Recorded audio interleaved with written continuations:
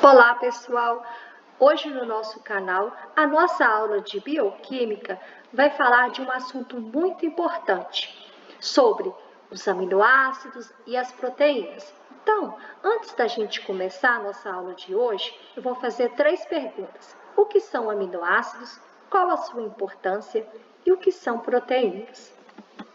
O que é um aminoácido? Se a gente for olhar a estrutura de um aminoácido, ele é composto por esse carbono alfa. Esse carbono alfa, ele é um carbono quiral. O que é isso? Os 4 ligantes dele são diferentes, os 4 ligantes. Então, aqui, ó, eu vou ter um grupo R, que é uma cadeia lateral, o C-OH, que é o grupamento carboxila, do ácido carboxílico, o hidrogênio e o NH2, que é o grupamento amino. Lembrando que esse grupo, ele dá caráter básico ao aminoácido e o C-OH dá caráter ácido. Então, a gente pode afirmar que um aminoácido, ele é anfótero. O que é isso? Ele pode atuar tanto como ácido como uma base.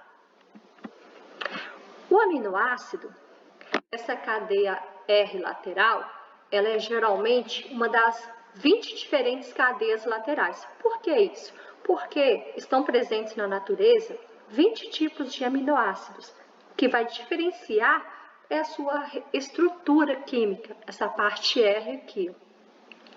Em pH neutro 7, o grupamento amino e o grupamento carboxila estão ionizados. Por quê? A gente sabe que 70% do nosso corpo é feito contém água. E também os alimentos contêm água na sua estrutura. Tem uma água que ela pode ser uma água ligada, uma água livre. Então, o meio faz com que fica ionizados tanto a amina quanto o ácido carboxílico. Como a gente tem 20 tipos de aminoácidos, a gente vai ter os aminoácidos naturais e os aminoácidos essenciais. Qual que é a diferença entre eles? O aminoácido natural, ele é não essencial. Ele é fabricado pelo nosso próprio organismo. Então, o nosso próprio corpo fabrica ele. O aminoácido essencial, a gente só consegue adquirir ele através de uma boa alimentação. Então, os alimentos contêm esses aminoácidos essenciais.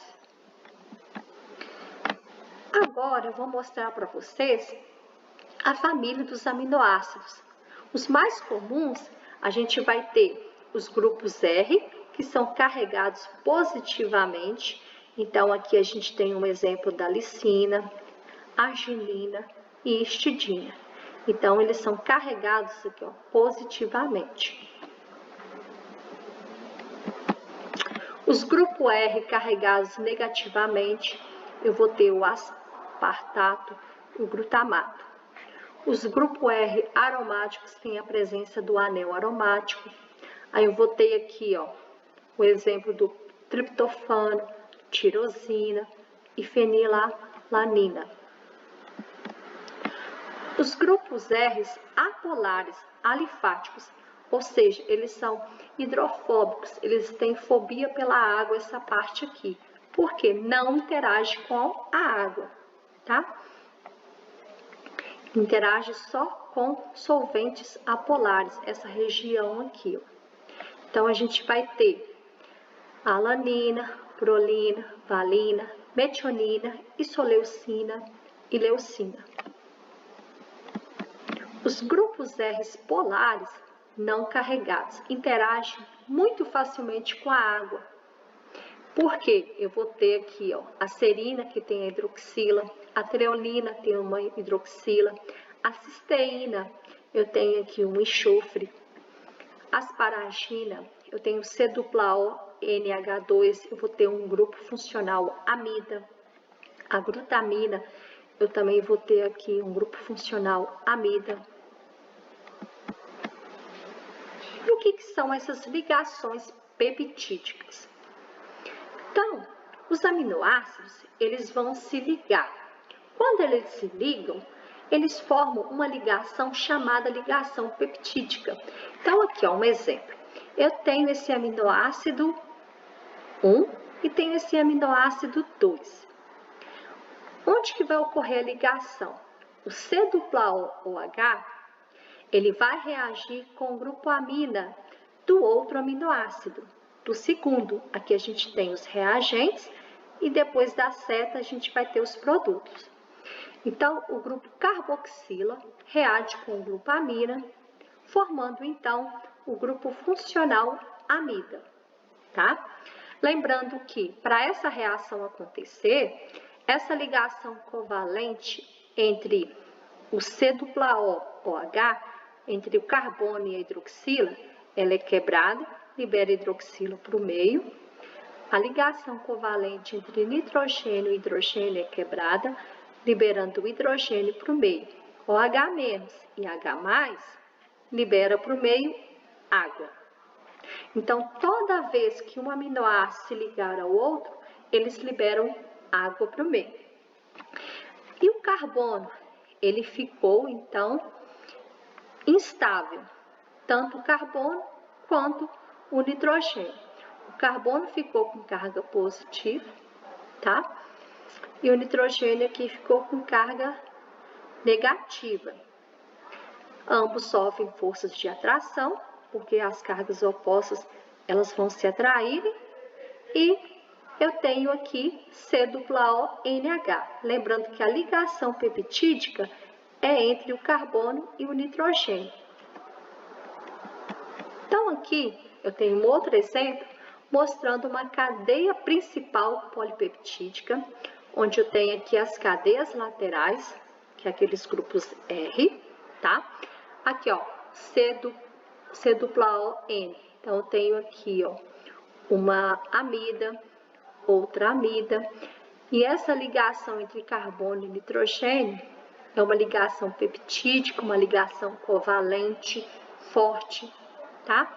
Então, tem aqui uma ligação peptídica, uma ligação peptídica. Então, sempre quando a gente tiver vários aminoácidos ligados entre si, eles vão estar ligados por uma ligação covalente chamada ligação peptídica. E sempre esses aminoácidos, eles vão ter essas cadeias laterais, que é aquele grupo R, que a gente falou lá no início da nossa aula de hoje. Aqui a gente tem a metionina, o ácido aspartico, a leucina e a tirosina. E o que são, então, as proteínas?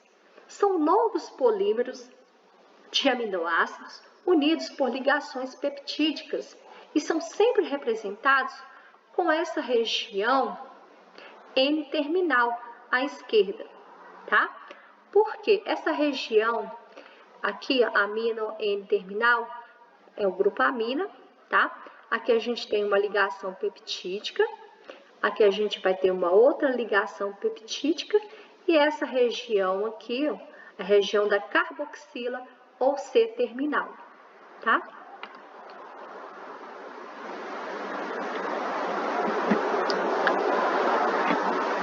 Como que a gente, então, vê uma proteína?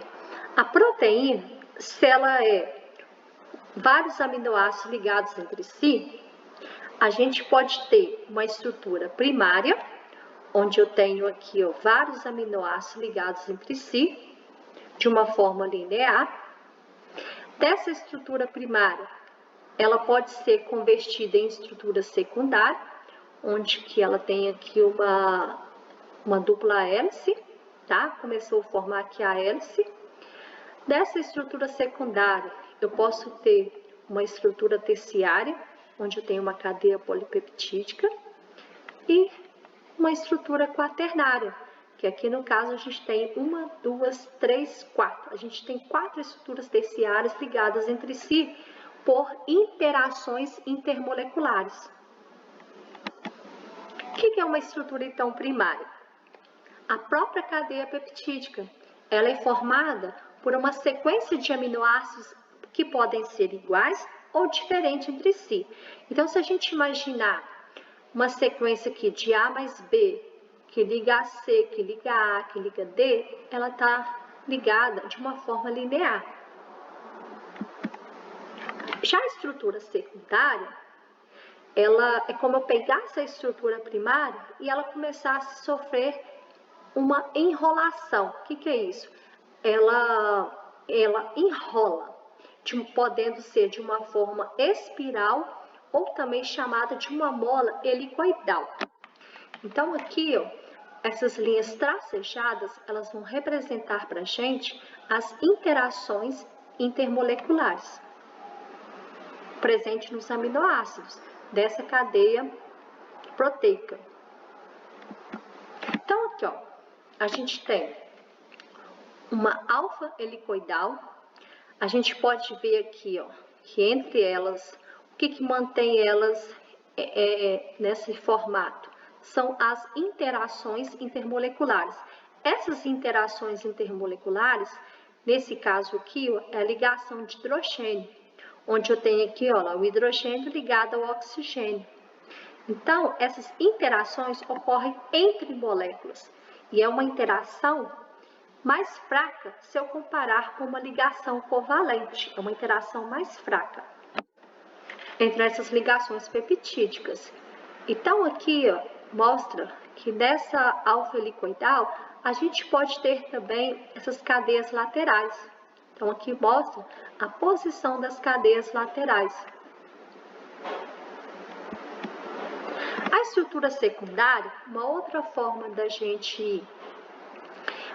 estrutura possível que pode acontecer é quando ela tem o formato de uma folha, de um papel dobrado. E elas mantêm-se conectadas por interações intermoleculares. Então, aqui a gente mostra essa estrutura. Então, a gente tem aqui, ó, as correntes laterais, ou seja, formando uma folha beta-brequeada, tá? A gente tem aqui as correntes laterais abaixo, formando, então, essas interações do tipo ligações de hidrogênio, olha, entre o hidrogênio ligado ao oxigênio, como fosse, né, uma folha mesmo. Já a estrutura terciária, a gente tem a disposição do espiral ou da folha anterior dobrada sobre si mesmo. Então, ela começa a se dobrar.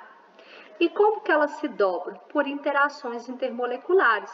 Então, a gente pode ter interações intermoleculares do tipo ligação de Van der Waals, onde eu tenho aqui, ó, essas duas regiões apolares.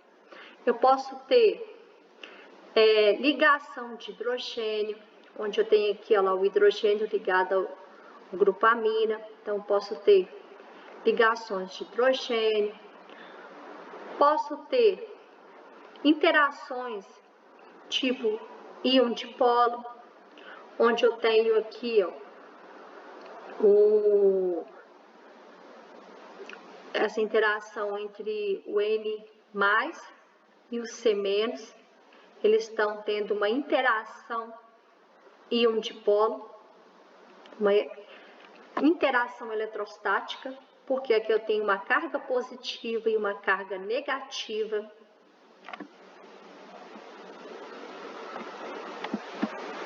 Aqui a gente mostra ela em formato toda dobrada. E essa estrutura dobrada é como abrisse ela e estivesse vendo toda a parte da estrutura química, todas as ligações e interações ocorrendo. Aqui a gente tem ligações de Van der Waals, aqui eu tenho lá uma atração eletrostática, as cargas opostas elas se atraem. Aqui eu tenho ligação de hidrogênio. Quando a gente chega na estrutura quaternária, ela vai resultar da reunião de várias estruturas terciárias em conjunto. Então, elas assumem formas espaciais bem definidas. Um exemplo, a gente tem a hemoglobina. Ela tem, ó, 1, 2, 3, 4 estruturas terciárias conectadas entre si. como que elas estão conectadas? Através de interações intermoleculares do tipo ligação de hidrogênio, dipolo-dipolo, pontes de disulfeto, atrações eletrostáticas, íon-dipolo.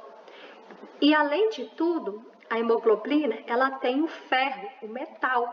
Esse metal, ele está complexado, fazendo aqui uma ligação com os nitrogênios presentes na molécula, na estrutura da proteína. Então, a gente tem aqui o ferro na forma complexada, no interior da estrutura. Aí aqui mostra de uma forma mais ampliada o ferro, né, que é um metal. E aqui em volta a gente tem a estrutura proteica, que elas estão interagindo por interações intermoleculares. Então é isso, pessoal. Nossa aula de hoje a gente falou um pouco. Nas próximas aulas a gente vai entrar mais nesses conceitos de proteínas. Então aqui foi algumas referências que eu utilizei, são livros excelentes que podem te ajudar bastante, tá? Então até a próxima, pessoal!